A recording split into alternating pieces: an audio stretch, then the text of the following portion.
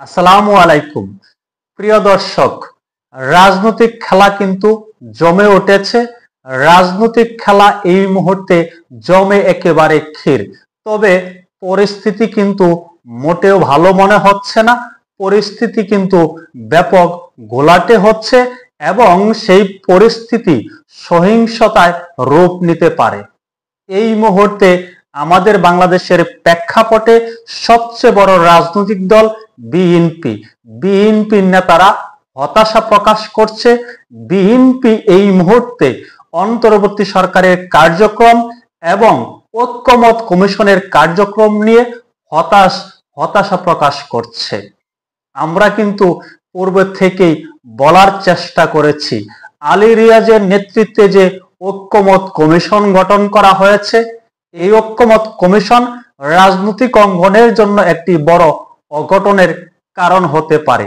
অনেক দিন পর, অনেক আলোচনা সমালোচনার পর এখন এই মুহূর্তে শেষের দিকে এসে এই ঐক্যমত কমিশন নিয়ে বড় প্রশ্ন তুলেছে।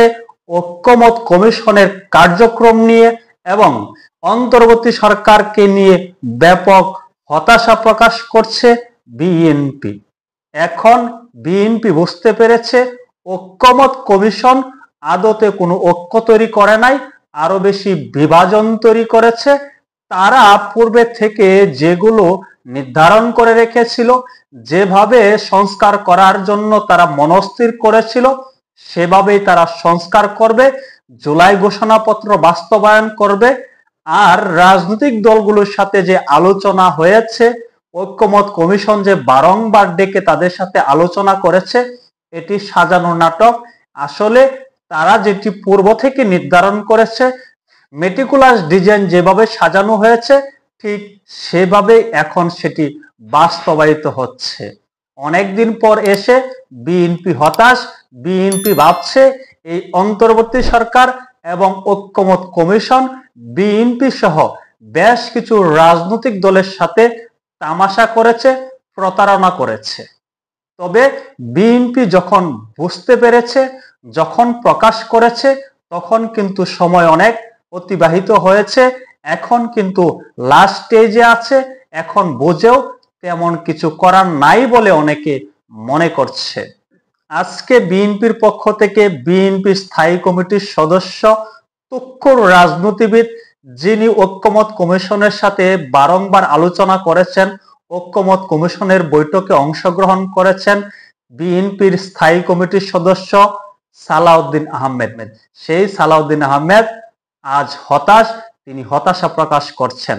সালাউদ্দিন আহমেদ কি বলছেন? সালাউদ্দিন আহমেদ বলছেন, জাতীয় ঐক্যমত কমিশন ও অন্তর্বর্তী সরকারের সাম্প্রতিক কর্মকাণ্ডে বিএনপি হতাশ, এমন মন্তব্য করেছেন দলটির স্থায়ী কমিটির সদস্য সালাউদ্দিন আহমেদ।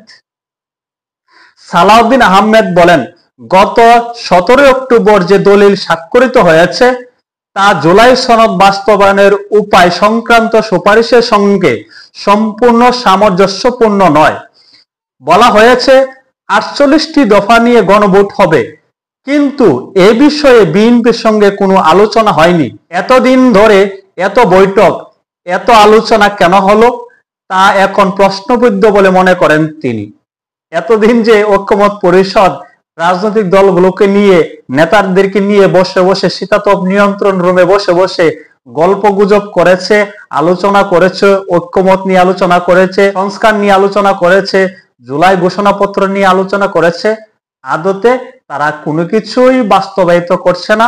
কোন রাজনৈতিক দলের, বিশেষ করে বিএনপির মতো রাজনৈতিক দলের কোনো সুপারিশই তারা তোয়াক্কা করছে না। তারা তাদের মতোই কার্যক্রম চালাচ্ছে। এখানেই বড় হতাশ বিএনপি।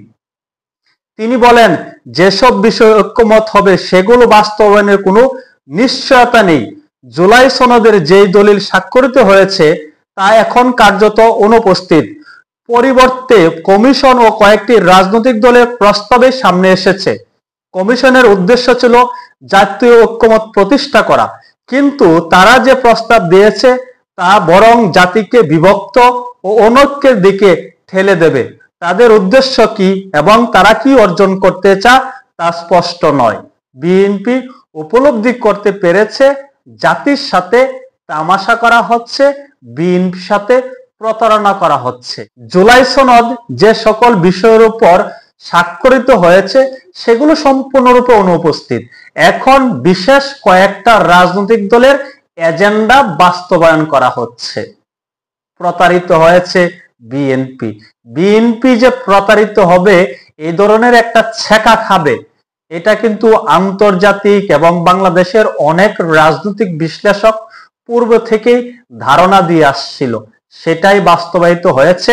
এই 1 বছর ঐক্যমত পরিষদের বৈঠকের নামে প্রতারণা চলেছে, নাটক চলেছে, স্ক্রিপ্টেড আলোচনা চলেছে, শুধুমাত্র জাতিকে বোকা বানানোর জন্য, রাজনৈতিক দলগুলোকে বোকা বানানোর জন্য।